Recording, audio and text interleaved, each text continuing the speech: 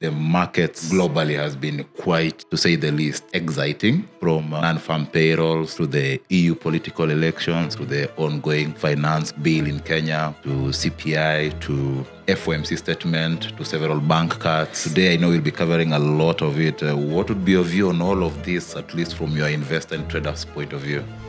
Well, good afternoon. I'm your host, Jesse. Welcome to another episode of Bullish Banter. And yet again, the band is together after a while. Rufus, how are you, man? I'm doing great. Yes, it has been a minute. Yeah, it's been a minute. Yeah, Champions League is over. A lot of things have happened. I hope everything was good on your side. Yeah, it was awesome. Okay. Yeah. We are recording this on the 13th of June, 10 a.m. New York time. 5 p.m., of course, Kenyan time. And this is because the last couple of days, the markets globally has been quite, to say the least, exciting, from, non-farm payrolls to the EU political elections, of course, to the ongoing finance bill in Kenya, to CPI, to of course, FOMC statement to several bank cuts.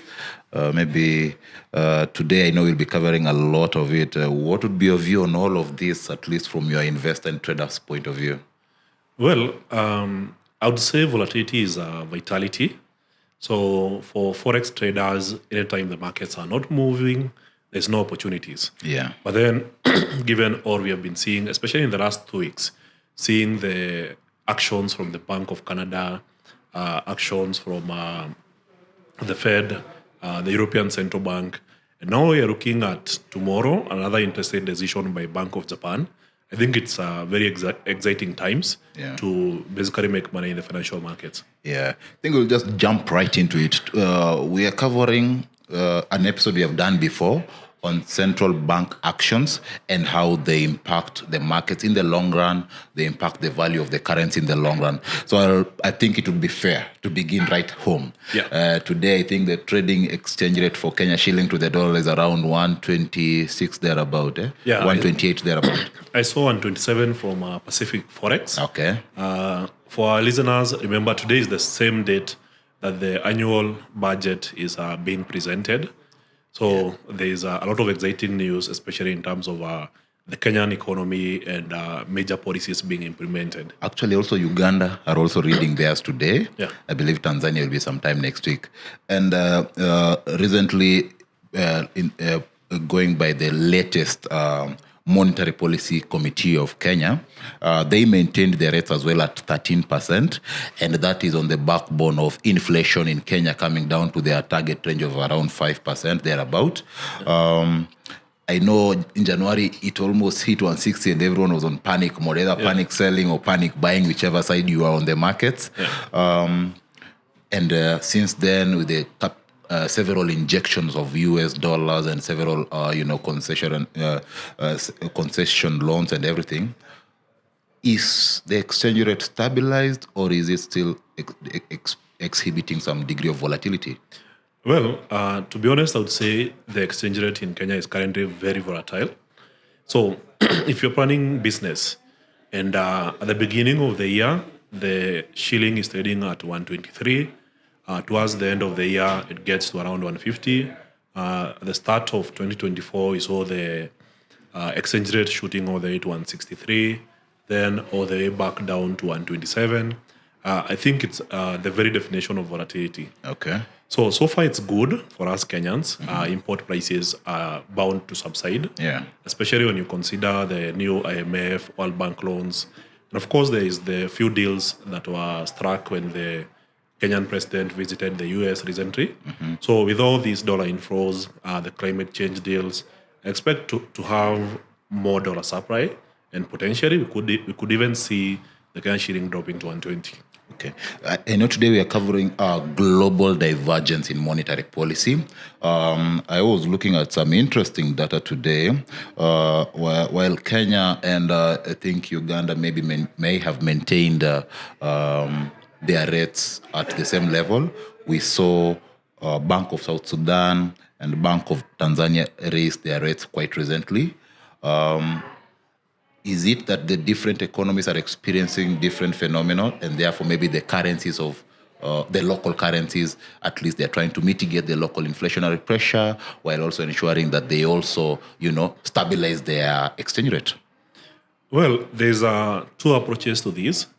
So on one side, there is the issue of inflows of investments.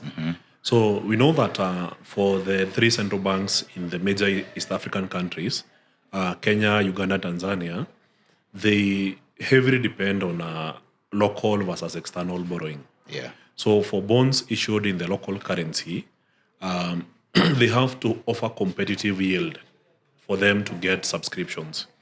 So, for instance, if the US is currently having an interest rate range of 5.25%, 5.50%, and the 10-year bond yield is somewhere above around 4.5%, you'd really have to convince an investor to put their money in your central bank compared to putting that money in the US central bank. Yeah. So you have to offer a premium to compensate for the risk that you might default on that loan.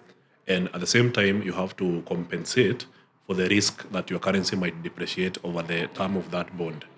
I think So the difference between the yields we are seeing in Kenya, where investors are able to get 16%, compared to investors in US Treasuries getting 4.5%, is compensating for that risk. And that allows the Central Bank of Kenya to attract more foreign capital. So across different nations, especially in sub-Saharan Africa, you'll always notice that key difference. So the fact that we are seeing that policy is moving in tandem with what the US is doing is to maintain that difference. Okay. So if at any given point, the Central Bank of Kenya, the Bank of Uganda, and other central banks in Africa decide to start cutting interest rates, then they would create that divergence between the return from US Treasuries versus the return from our central banks. So in that case, it might drive investors away. Yeah. So that's the first front. So on the other hand, is the effect of inflation. So we know inflation has been extremely high for the last 2 years. We know that it's cumulative. So even though we say in Kenya inflation has dropped to 5.1%, the prices have not gone down. So you realize that prices have moved somewhere between 25 and 30% since COVID started. And as a result of that, we are seeing central banks trying to maintain interest rates at a high level so that they can mop up excess liquidity. In fact, the most recent announcement today was that the reserve requirements for Kenyan banks are bound to be increased from 1 billion shillings to 10 billion shillings. And I view that as an attempt to mop up more liquidity and basically help reduce the prices. Yeah, I think that measure, including the maintaining of the rates, should be able, because as opposed to the global banks which target the inflation rate at 2% annually, in Kenya it's around 5%. So it only makes sense if there are measures, including, unfortunately, from the taxation point of view, that can be able to hurt or mop out excess cash. On my side, I think it's a good thing if the local currencies are strengthening against the dollar. If you do intend to diversify, it means you're paying less to the dollar than, let's say, a year ago, or even 3 months ago, or even 6 months ago. So that's a positive thing, hopeful for traders. I know that is a good advantage for you to have a bigger margin in your account and, see how you can make the most out of it. Now let's take a very nice flight, and I think we'll land first in Europe. On Friday, I think I was surprised. I really didn't follow much of the campaign on the right wing, left wing, but I think it had been boiling up. Since Brexit, I don't believe the Conservatives were, a small percentage. Their voices were rising out there. And do you think, because I know Europe has been very significantly pro-climate change, and not only do these perhaps impact the economy per se, but they mean that majority of the national funds are invested in those areas, and therefore those are, let's say, the lucrative business areas. Now, ECB has already cut its rate. I think it will do another probably before the end of the year. And if you look at the inflation in Q1, it was ranging at least around below 3%. Yeah. And I know that is, let's say, way above the 2% target. Yeah. And I was telling somebody recently that the 2% might have to be adjusted some more to realities of the time, not because it is not achievable, but rather the basket of goods used to measure it are not really relevant to this time where there's a lot of digital economy. Yeah. ECB is doing its own thing. If you compare with what you mentioned, Japan tomorrow, that will be 14th of June. Yeah. And the euro has really gained around 18% to JPY. Yeah. What is happening there? Is it that because I know Japan will keep on raising, are we likely to see this more rapidly, or will they be waiting for one to play and then you wait for the other guy to make his move? Well, I think if you look at the history, and I'm not talking about the 1960s, I'm talking about the last 4 years. Yeah. So what happened during COVID, a lot of these central banks really adjusted their interest rates down towards zero. So for Japan, it didn't have to do it because their interest rates were already at negative 0.1%, Yeah. which they had kept for around, 10 years? Yeah. And now plus the last 4 years, around 14 years. So this period of time, Japan was building its capacity, and their biggest problem was wage growth. Of course, they have an aging population, and they're also looking at having consistently rising wages, which has been quite a challenge for the last decade. Yeah. So that's the key functionality that Japan's central bank is trying to solve. But then if you look at Europe's main challenge was COVID. So during COVID, they locked down businesses, they cut interest rates to near zero.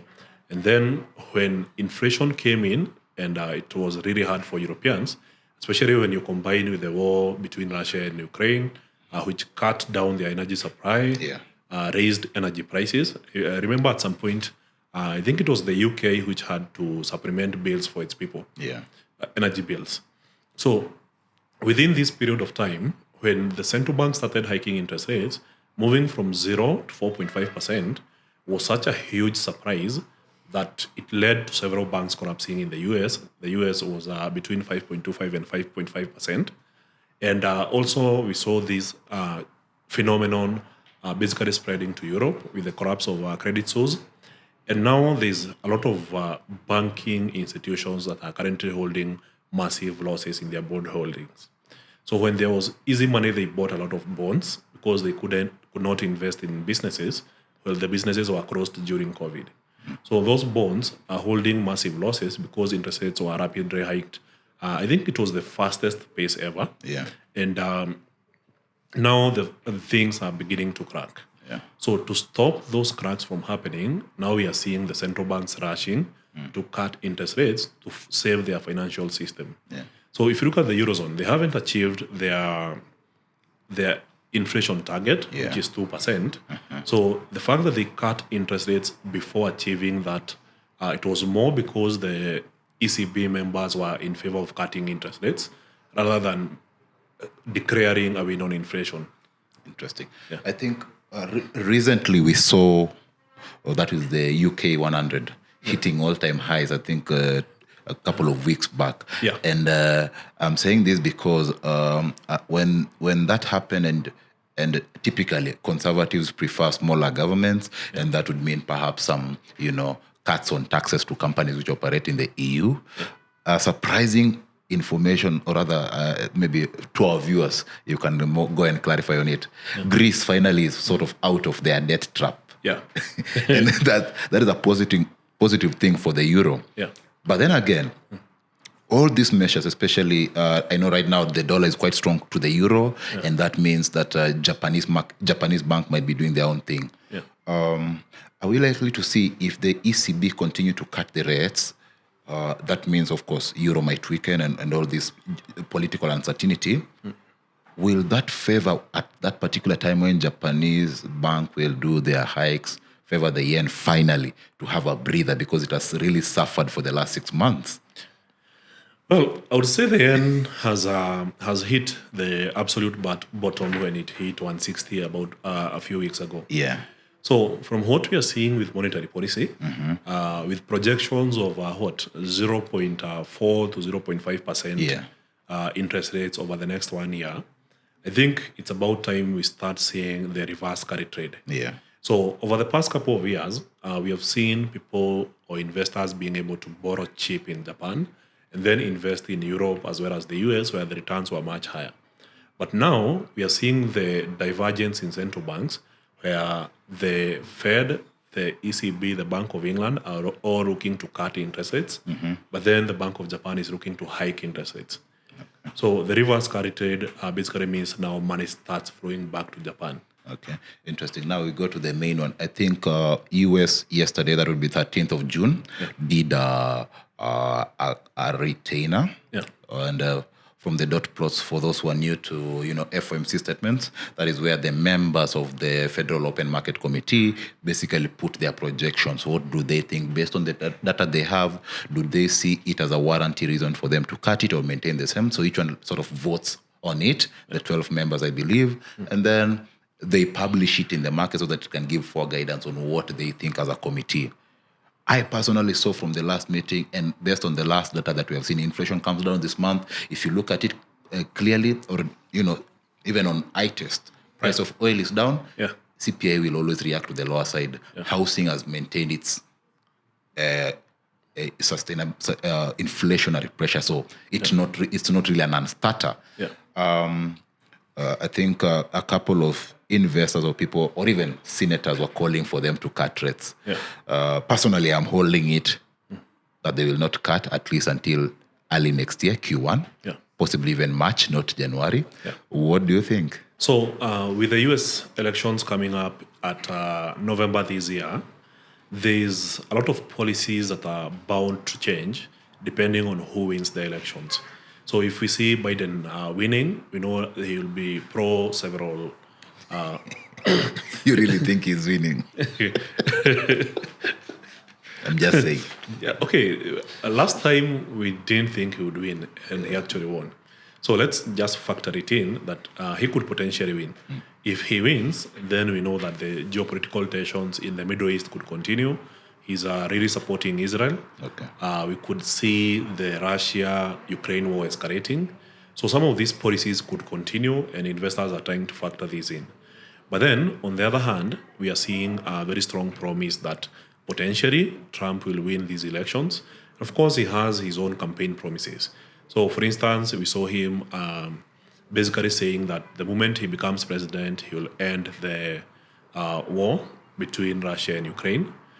He has promised to continue building the wall between the US and Mexico. Yeah. So we could be seeing some changes in immigration policy, which have had a big impact on jobs numbers this year, especially from Fed comments last night. Yeah. So that's one of the factors that a lot of investors are trying to evaluate to see how it impacts the markets.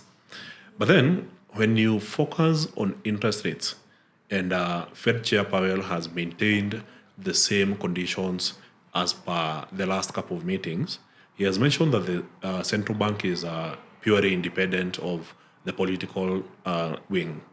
So, looking forward, he says there is two mandates for the Fed. So one is to maintain full employment for the economy, and two is to maintain stable prices, which is the bigger mandate. So while unemployment has remained below 4%, and that is considered to be full employment for the US, the key challenge has been inflation. So, well, it has been successful, dropping from 9.1% high down to a low of 3% as per June last year. And now we are seeing inflation spiking higher at 3.3%.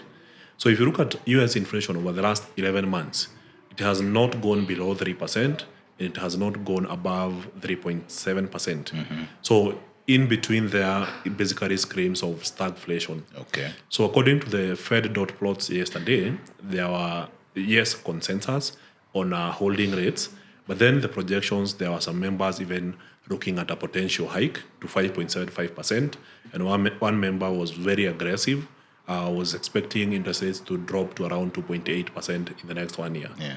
So I believe the US economy will be more data dependent, as mentioned.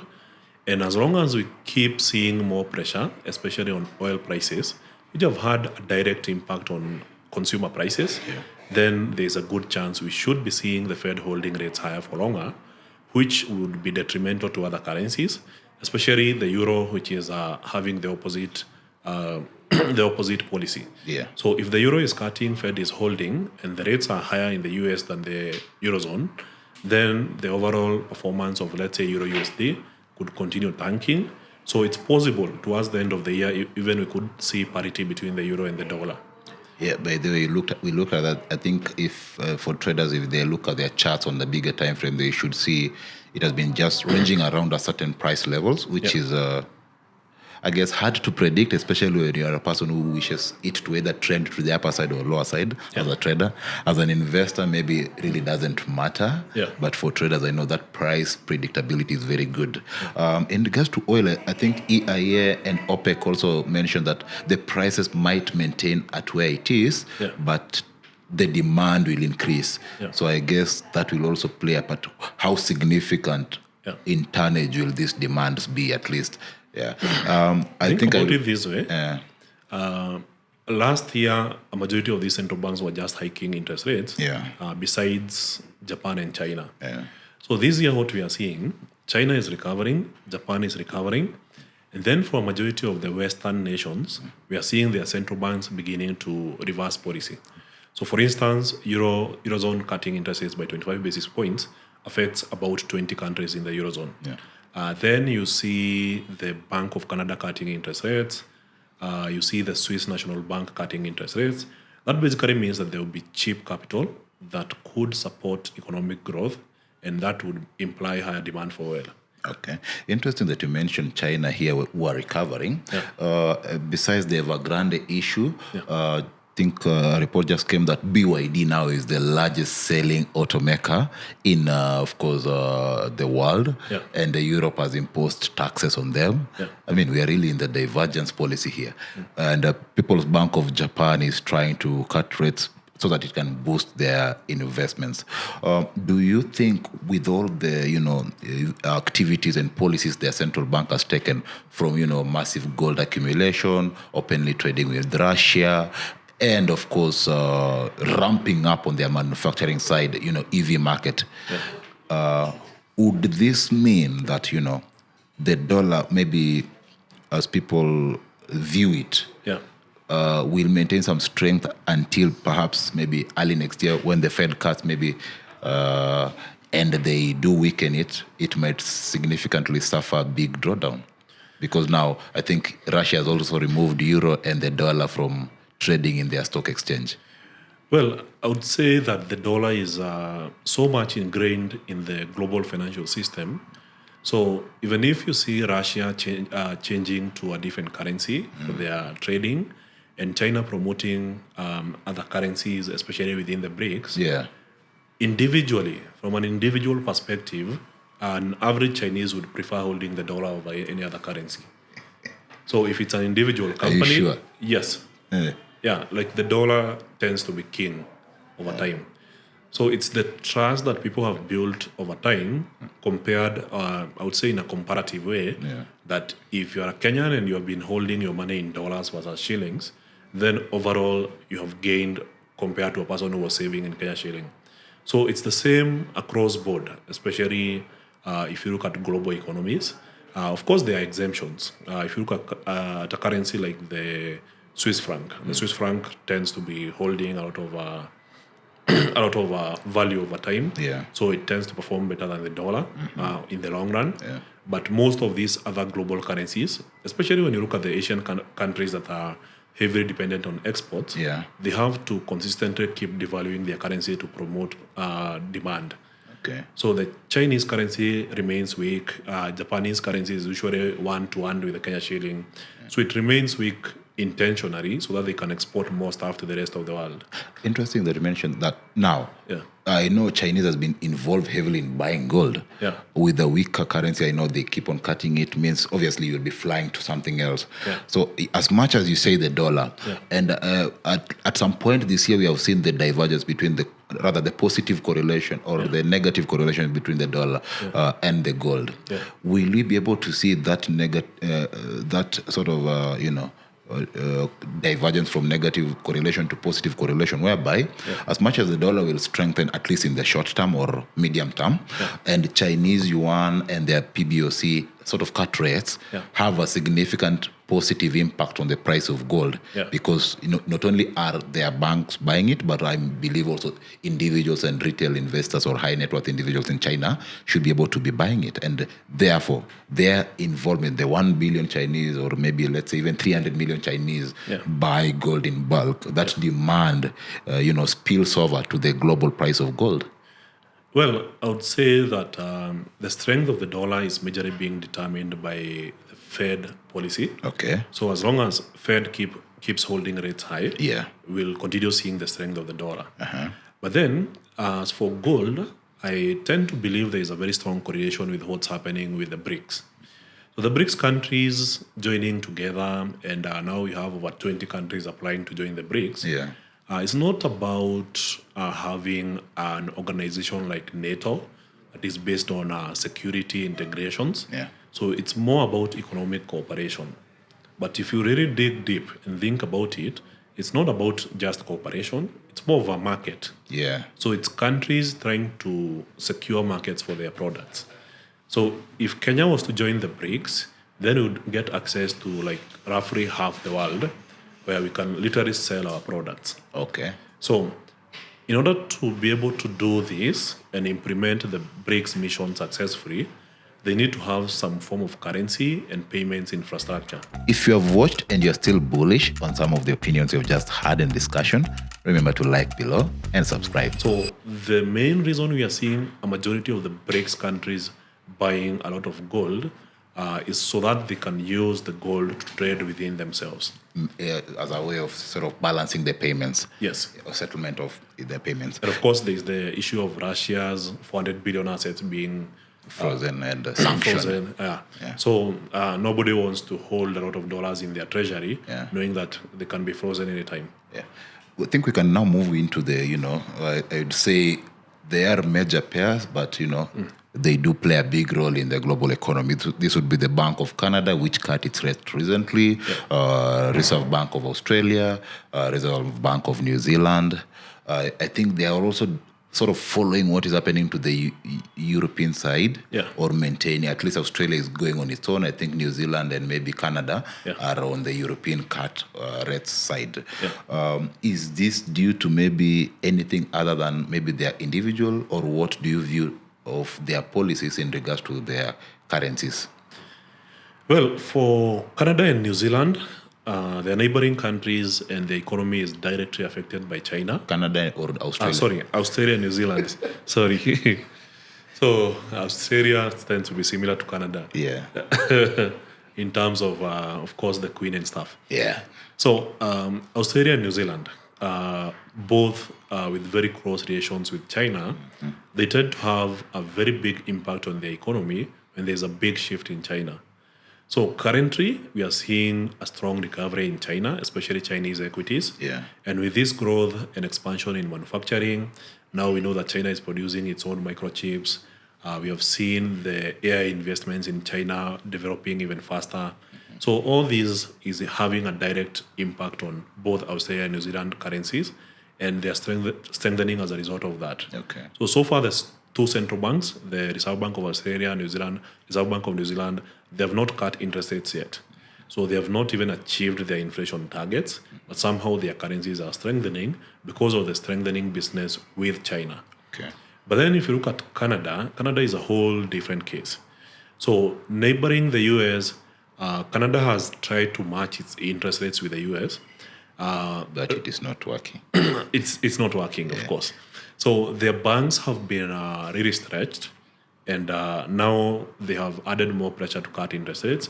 In the last meeting, they cut by 25 basis points to 4.75, right? So with 4.75%, it means that the banks have some room to wiggle a little bit rather than face the risk of collapsing and getting a bailout, which can be a very political topic. So in this case, I think Canada is much more exposed to the volatility in the price of oil compared to the volatility of interest rates. Interesting. What about SNB, Swiss National Bank? Well- I know what happened last year. Was Yeah. it Credit Suisse basically? Yeah. Went bust. I guess. Yeah. Yeah, they're still currently having a challenge in that. The effect of Yeah. that bank collapsing, and now What was the bank that bought Credit Suisse? I think UBS used to be smart. Yeah. So UBS is the one now having the bigger problem. So it didn't just buy Credit Suisse, it also bought the problems that Credit Suisse had, and now it's part of their problem. So it's a massive challenge in Switzerland, especially in the banking system. Yeah. And now seeing what's currently happening with real estate, where with high interest rates, real estate has been really holding bad loans. And at some point, we could be seeing mortgages facing delinquencies, and that's quite a challenge. It was an urgent need to cut interest rates in Switzerland, but they were not that high. They had reached 1.75%. Yeah. Yeah. So dropping to 1.5% is not a big problem for the SNB. Isn't it interesting that the prices of houses always leads to all this, anxiety, panic talk everywhere in the financial markets? I mean, I think even in Canada, commercial real estate is really, it's almost getting into a bust level, and that has really, put a big dent on CAD. Besides of course, the lower pricing on oil. Technically in Canada, the average worker cannot afford a home. They cannot afford a mortgage. So with high interest rates, the mortgage rates went really high. Also renting went up. So things are really tough for Canada, and it's an urgent need to start cutting interest rates as soon as possible to avoid an eventual, let's say, recession, or even a stock market crash would be like disastrous for the economy. Interesting. I think this year, I know a lot of sentiments, at least based on the projections you see on Forex Factory, will probably come and appear as they should. I think we are about to see that a lot. So if, let's say, Fed maintain whatever happens in Europe, will probably only stay there. So if they are cutting and they are sounding dovish, it will only maintain in the Eurozone. If at all, I think the right wing or the conservatives to say become, the majority in the EU, I think we should expect multiple tax cuts, and that should be very positive, I believe, for the banking system. And even on Friday, I think the French bonds were really rallying high, so that should be interesting to watch. I think what would be, cause for alarm, at least by the time this episode is out, would be what happens to the current leaders in the Eurozone. Eurozone, I'm talking about Eurozone and not really the European Union. That would be, Rishi Sunak, PM Rishi Sunak from UK, of course, Scholz, Chancellor Scholz from Germany. I think also Macron, President Macron should also be worried, at least if Le Pen party comes about. I think Meloni from the Brothers Party in Italy should really, if they continue to dominate, that should end that wave of, lower taxes, smaller government, and less contribution, or rather divestiture from being delegated laws from the EU side now to just internal, should be able to cause some weakness to the euro. I think that should be...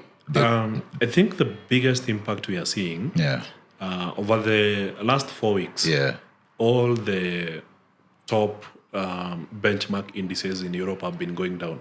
So if you look at the Euro stocks, the DAX, you look at the UK 100, even Spanish, the Spanish IBEX, the French 40, they've all been going down, with the majority of the downfall happening since Monday after the conclusion of the EU parliamentary elections. So that sounds like a vote of no confidence, because the majority of the policies that were being pushed by the EU were extremely on one side of the political side. But now we are seeing a lot of politicians who are voted into the European Parliament being pro other policies. For instance, we could see some politicians tracking back on the climate change laws. we could be seeing some politicians pushing back against the new licensing and regulations for tech. Yeah. And these developments are bound to lead to changes in political situations for the individual countries. Yeah. For instance, in France, immediately after the elections, we saw the president dissolving parliament. So after the dissolution of parliament, we could be seeing now new political ideas being presented that could take over. I think this is a really new phase for the EU. Yeah. Yeah. I would love to see, because one thing we are guaranteed is volatility. Yep. That is the good thing. I mean, we are just getting halfway, and I think we have seen almost 10 elections so far from different parts of the world. Yeah. For me, I'd be really watching to see, what happens at least in the next coming weeks for the French in particular. I think that given their influence in the EU has been significant over the years, that should make it for me on how the euro itself will perform, if it will continue going down and the dollar maintains its stance, because I think for the USD we are done. If FOMC has done whatever they did yesterday, all the data that will be coming next from PCE to GDP to PMIs will just be cementing what has already been showed by improved employment numbers and obviously decreasing I would think about cost of it living. this way. Yeah. Across Europe, there has been like over 100 demonstrations in the last 2 years, especially from farmers. Yeah. So a majority of these guys are driving their own political drives to have representatives in their respective parliaments. Yeah. So as a result of that, we could also see some of these economies tracking back from the ESG laws, which became very unpopular, leading to the massive demonstrations. Yeah. So that could have an impact on the monetary policy, or even simply the membership of the EU. So already we are seeing rumors of Brexit flying around, and that could become a potential reality in the near future. I hope not. Let's keep the euro a little bit strong. We need it to stay like 20 years, something like that, to show us the success of a common currency union. No. I mean, EAC, we are trying it. So if it dies just, how long is it? 34 years now. Yeah. That would be the shortest living currency, I believe. Yeah. After being almost the second largest reserve currency. Yeah. I guess we are continuing the new version of Bullish Banter, trying out different things. So, of course, if you feel what we discussed today in regards to the central divergence in central bank policies and the impact on the respective economies and currencies, of course, you are welcome to, contribute your opinion, ask your question. We'll try our best to answer on the social media channels and handles put down there. On Twitter, that will be X, of course, Instagram, Bullish Banter, TikTok, Bullish Banter, and tweet, and which other? YouTube. YouTube FX Pesa. At least remember to like. Likes are still visible on YouTube, not on X from today. So, feel free to join. And, of course, we welcome any other person who might have a divergent opinion from what we discuss to a panel with us. Other than that, maybe your closing remarks, Rufus, for the next coming. Well, closing remark, I would, this time is a question for you. Okay. What's the one stock that you are really thinking about and you don't know whether to buy it or sell it, or in Kenya or globally? Globally. Buy or sell? Yeah, the one stock that is consistently on your mind. As the saying goes, he who sells the shovel during gold rush becomes the ultimate wealthy man. Yeah. So we are in the age of AI, right? Yes. I mean, Apple Intelligence just launched on Monday. Yeah. And I think NVIDIA is still the stock to go for me. Yeah. NVIDIA is still the stock to go for me. Definitely. Yeah. I mean, it has halved, so I think the hype is down and everything. Yeah. So I think that's a good thing. Yeah. Now you can analyze it from its real point of view. Yeah. So anything to do with the chips, not even the AI stock, just the supplying components, that will be my interest. Yeah. So for our audience, NVIDIA just did a 10-to-1 stock split. The price of the share moved from $1,200 to $120. So far, it has already rallied to $125. So definitely something to watch out. And of course, not investment advice. Remember to check out previous episodes. If you like anything about it, please share. If you have any question or divergent opinion, as we have already had in this discussion, please do share. Nobody is right in this market. We are all learning. And as the saying goes, life has no graduation date, right? Yep. Yeah. And that is just me saying no. and if you have some banter for Jesse, is also welcome.